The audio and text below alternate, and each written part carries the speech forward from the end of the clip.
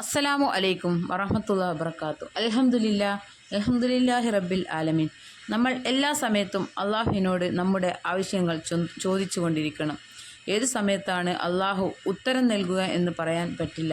ചില സമയങ്ങളിൽ ചെയ്യുന്ന പ്രാർത്ഥനയ്ക്ക് വേഗം ഉത്തരം കിട്ടും. അതിൽ പ്രാർത്ഥനയ്ക്ക് ഉടനടി ഉത്തരം കിട്ടുന്ന സമയങ്ങൾ ഏതാണെന്ന് നോക്കാം.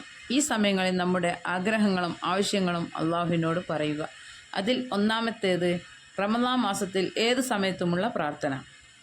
2 നോമ്പ് മുറിക്കുമ്പോൾ ഉള്ള പ്രാർത്ഥന. 3 രാത്രിയുടെ 3-ാം നേരത്തിലുള്ള പ്രാർത്ഥന. അതുകൊണ്ടാണ് തഹജ്ജുദ് നിസ്കാര ശേഷമുള്ള പ്രാർത്ഥനയ്ക്ക് വേഗം ഉത്തരം ലഭിക്കും എന്ന് പറയുന്നത്.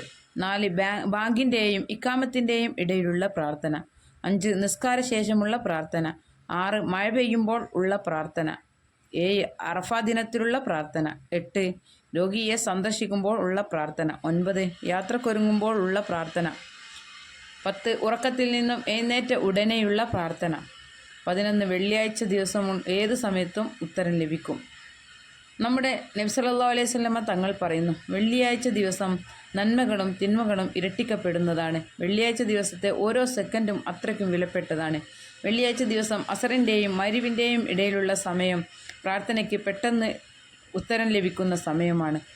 ആ സമയത്ത് നമ്മുടെ ആഗ്രഹങ്ങൾ നേടിയെടുക്കാൻ നമ്മൾ കിബ്ലക്ക് മുന്നിട്ട് കൊണ്ട് തന്നെ യാ അല്ലാഹു യാ റഹ്മാൻ എന്ന ദിക്ർ സൂര്യൻ അസ്തമിക്കുന്നത് വരെ ചൊല്ലി അള്ളാഹുവിനോട് ദുആ ചെയ്താൽ അവൻ്റെ എല്ലാ ആഗ്രഹങ്ങളും ഉദ്ദേശങ്ങളും പൂർത്തിയാവുമെന്ന് ഹിളർ നബി അലൈഹിസ്സലാം റിപ്പോർട്ട് ചെയ്തിട്ടുണ്ട്.